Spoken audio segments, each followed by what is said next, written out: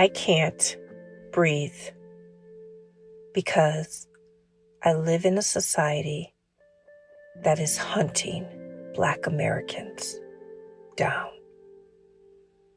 I can't breathe because there is a system set up that will justify killing a human being. I can't breathe because our crimes never match the consequences. I can't breathe because I want to scream at the top of my lungs, please stop it. I can't breathe because I hold my breath when I get pulled over by the cops. I can't breathe. I can't breathe. I cannot breathe. Who announces I can't breathe and be denied help by someone in the position to help? I like to remind the helpers of the world that helping is a selective process. We help who we choose to help. That is what it is to be a helper. It is not to help everybody, to give everything to everyone else. It is to help who we feel like helping. It is a choice. And in the matter of what is happening in our world today, there are choices. And some choose to do nothing. Community, I could not decide if I wanted to do a podcast. It's been a very mental, emotional week. In my city, we're in Buffalo, New York. There has been some protesting. We went to the original protest the first day. And then it got a little violent and things like that. And I felt like I could do a lot better. I would be of no assistance because I realized where I'm very flawed at, and that is in my ability to run. So I don't have that ability to run and fight, and I don't. So I said, let me find another way to help and use my platform as a mechanism to do that. So I stand with Black Lives Matter. And there is no debate for me when it comes to the topic of Black Lives Matter. I would love to say that all lives matter. I would. Because they do. But if you can look at what's happening in our world, look at the media, who is, by the way, raping us and mentally assaulting us on a daily basis. We are not only being assaulted by the media, but we are also being assaulted by our posts, by our social media friends, by our Instagram, LinkedIn, anyone who has any social media and has the power to post is assaulting us. We are the victims of others, and we are also becoming the victims of ourselves, because you just can't look away. You just can't look away. So I want to give you this quote, and I also recommend this book after I will tell you this after the quote. The story emerging for me, however I tell it, is a tale of Black and brown people being held down so long that white folks have come to believe they got there on their own. The removal of legal barriers that once separated the races has done little to change the distorted belief system that lives on and in the hearts and minds of millions of individuals. At this point, the only thing needed for racism to continue is for good people to do nothing. This is a quote from Debbie Irving and from her book called Waking Up White. I sat in a reading by Miss Irving. This actually at the end of last year, I want to say. And as soon as she steps up to the podium, she says, "This is a conversation for white people, from white people." And that those of us who are colored and sitting in the audience are only there to witness this conversation happening amongst whites. She said several things that I had understanding for and compassion. She called herself for many years a good person. She would go into neighborhoods and help the unfortunate, work as a teacher, as a for the public schools that were for the unfortunate children, donate, and never could understand why they just couldn't make it out of their circumstances. I can go on with this book. It was a great conversation. I was so appreciative to be there amongst my counterparts and hearing their stories and hearing that for 1 minute, could it be possible that the way that we look at the world and how we think about others could be flawed? Could be some kind of flawed concept that we may still be holding on to, but never checked. So, it's a great book. It's called Waking Up White.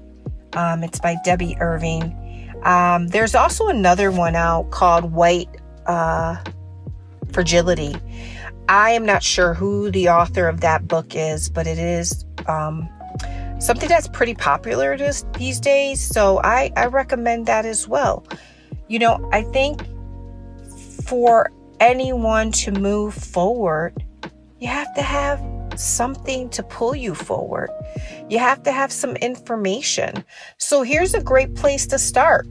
Waking Up White, White Fragility, couple plugs. That's about it. This is my contribution to the white community. I know the history, I don't think it's even bad if you as a minority pick up the book too. It'll give you some insight as well. So now I go back, community, to it's been a week. It's been a month, actually. May was a traumatic month, I think. There was 3 things happening. 3 individuals were publicized. You know I'm going to mess up some words, right? Publicized. And we had one in the beginning of the month, Ahmaud, who was run down and assaulted and killed by 2 men. The third person being the person who took the video. Then we had Breonna shot in her home, because police decided to raid the home. And then we finally have George. It's a lot. It's a month. You could imagine not only what the minority or the Black America is feeling, but imagine what everyone is feeling.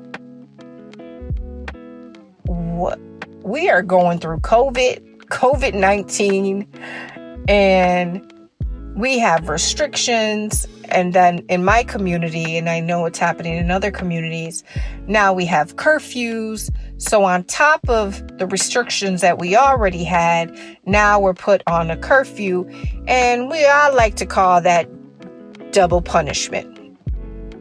So we're in quite a state here. We are disconnected. And the thing that is connecting us most is the media, is our platforms, and not in a good way. The social distancing, having people sit in front of each other and have these conversations about what's happening, how they're feeling. Whether you're All Lives Matter or Black Lives Matter, you are feeling the pull. You are feeling the emotions. So I'm not going to deny that there is some kind of relationship happening with those who stand on one side or another. The division is real. The division has always been here. And you have to pick a side. I would rather not pick a side. I would rather be in the middle. But I won't be in the middle and be silent. That's what it takes to be in the middle. It's to be silent. But if you look at it another way, you can be in the middle and you could be the bridge. Isn't that an idea? You can be in the middle and you can be the bridge between All Lives Matter and Black Lives Matter. And you can say, what, how, who, what can we do together? You can have the courage to speak your truth. We can have differences and still get along. There can be a lack of understanding, but there also can be respect. I don't have to understand you to respect you. I don't have to live your life to love you and understand you, or even have compassion. Prior to today, probably about 4 days ago, I woke up and thought, whoa, I am angry. I am angry. I am frustrated. I am afraid. I'm afraid. I don't know if when I get pulled over, and when I get followed in a store, I get very frustrated because I just want to shop. I just want to shop. Just leave me alone. Stop following me. But I've learned a tactic for that. And that is, when you do follow me in the store and you're a worker, I'm going to give you work. And after I give them so much work, they go away because they didn't want to do that. They just wanted to keep an eye on me. So I do that and I have a good time. So it becomes a job for real for them. But when I get pulled over by the police, I turn off my car. I turn on my lights. I put my keys on my dashboard. I roll down my window fully, and I put my hands over the steering wheel.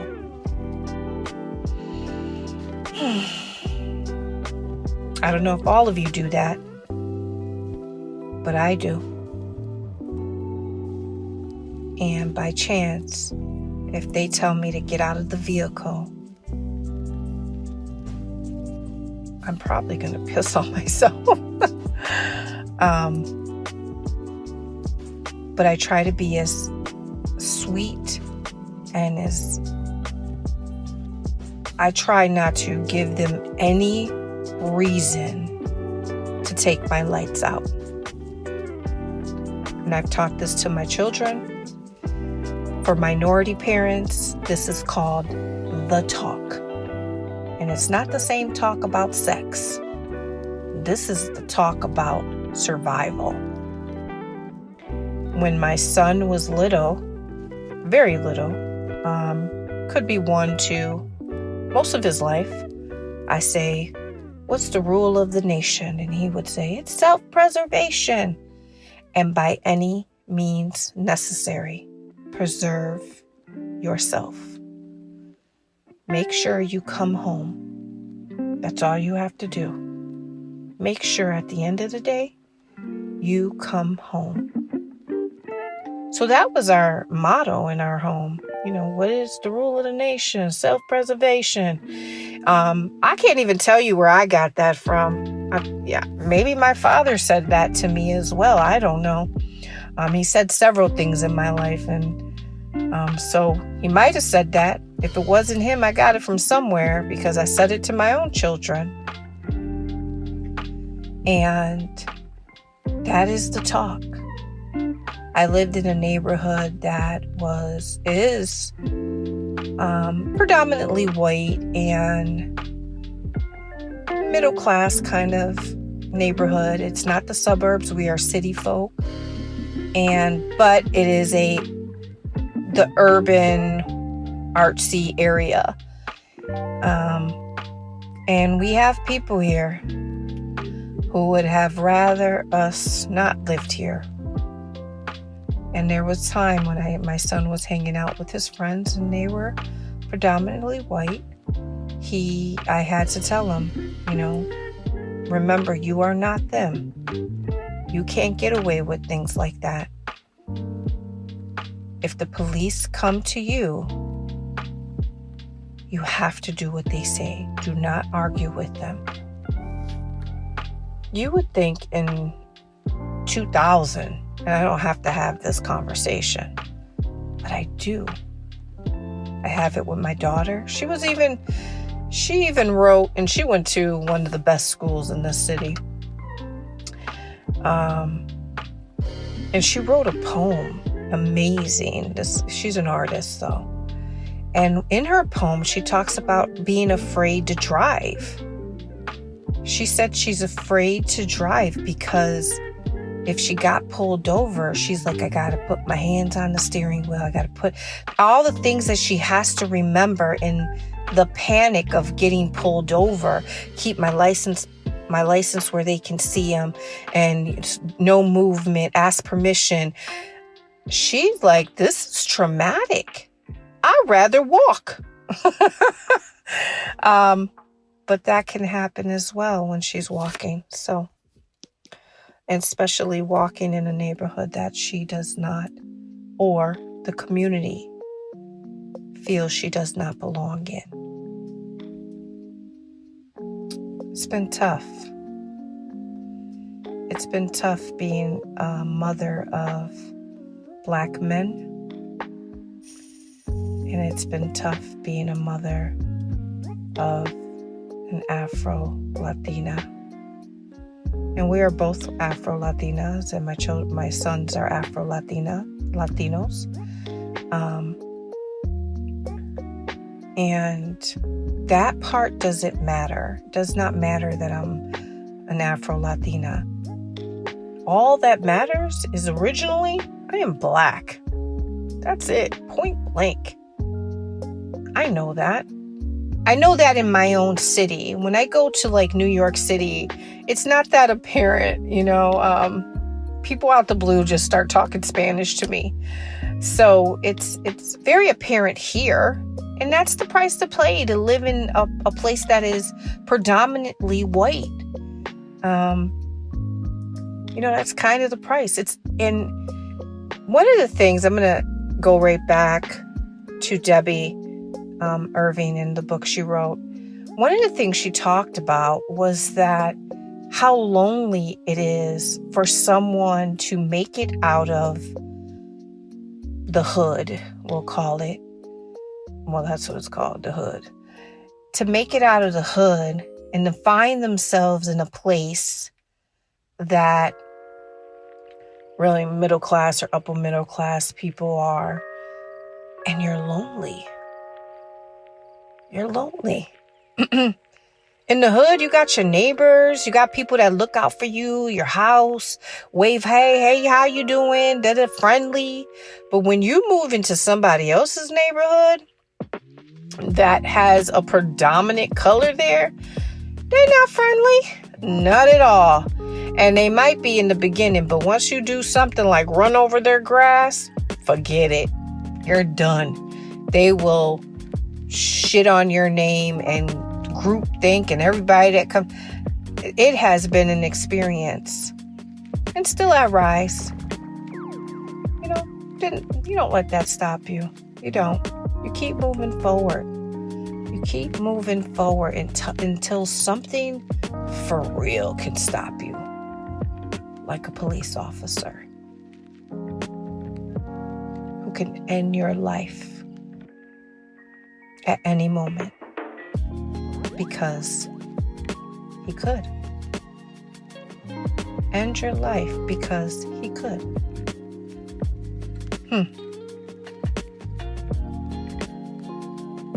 That's just how it is. One of the other things that has arose from this situation is a lot of Caucasians, white people, wanting to know, what do I do? What do I do? And asking their minority friends, what should I do? I want to do something. And I just simply say, do what it is that you want to do, that you would do for any other individual, for any other cause. Stand up. Don't be silent. When you have the opportunity, use whatever platform you have to say, I stand with Black Lives Matter. If you're that enraged, stand up. When given an opportunity, stand up. Everyone, not everyone, but there are people who have their own platforms. I have my podcast. I also work at a place where I could say something as well. But there are people who have platforms. The company that I am associated, or the organization that I am associated with, sent out an email so amazing that said, and this is a national organization, that said, we stand with Black Lives Matter. They took a stand. My bank, and I'm with M&T, my bank sent out a notice saying they stand with Black Lives Matter. People are using their platforms to stand for something. And if you have the opportunity to use your platform and you come with All Lives Matter, you played it safe. That's all there is to it. You played it safe. You either played it safe or you really don't care. You really do believe that this should be the stance. All lives matter. And if it is, that's fine. All lives matter. Then do everything in your power to stop what is happening in America right now. Take a stand. If all lives matter, figure out why this is happening to Black Americans. Figure that out and help the cause. There is many things that you can do. There's a website called White Solidarity that can give you a list of books, a list of places to donate to, all kinds of activist things that you can do to stand up and to stand with Black America. Do what you can. I'm not asking you to go out there and protest. Like for me, I did it the one day. I cannot do it every day. I just don't have that type of energy, and I feel bad, but that's not my platform. That's not where I'm most effective. I know the skills that I have, and I know where I can be effective. I have a friend who, her effectiveness, she's an artist. So she's going to do something artsy and creative, because that's where she lives. That is her platform. I'm not saying go out there and march. I'm not even saying agree with the other side of the protesting, which is the riots. I don't have, to be honest with you, I don't have an opinion about the riots. It's scary, but I don't have an opinion about it. I understand this, that when there's a bubbling point with anything, it bubbles over and it burns when it comes out. So this is the bubbling point. You can't show 3 Black Americans dying in 1 month, like March Madness, and think that the water was not going to bubble over.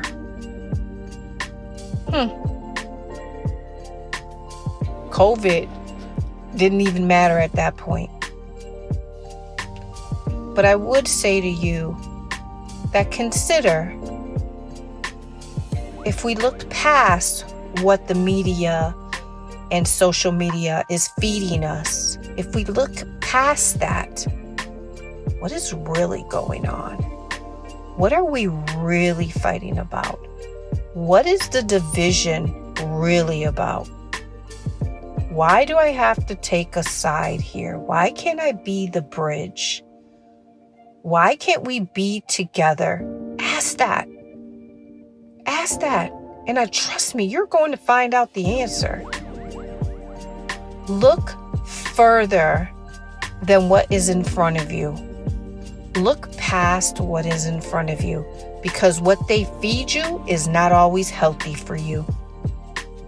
We don't have to be divided. We can stand together, and we really need to.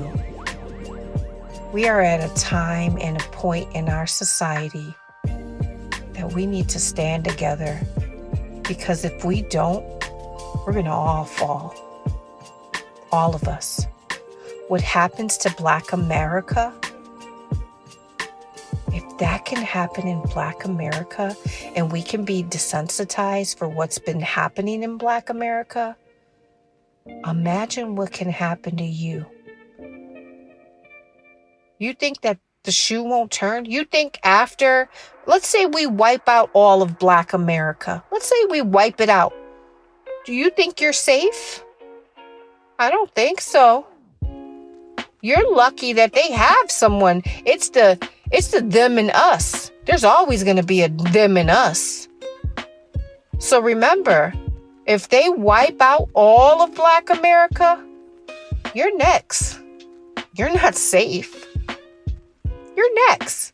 There always has to be an us and them. So, stand or fall. I would rather you stand. And stand right next to me. Stand right next to your neighbor. Stand for something.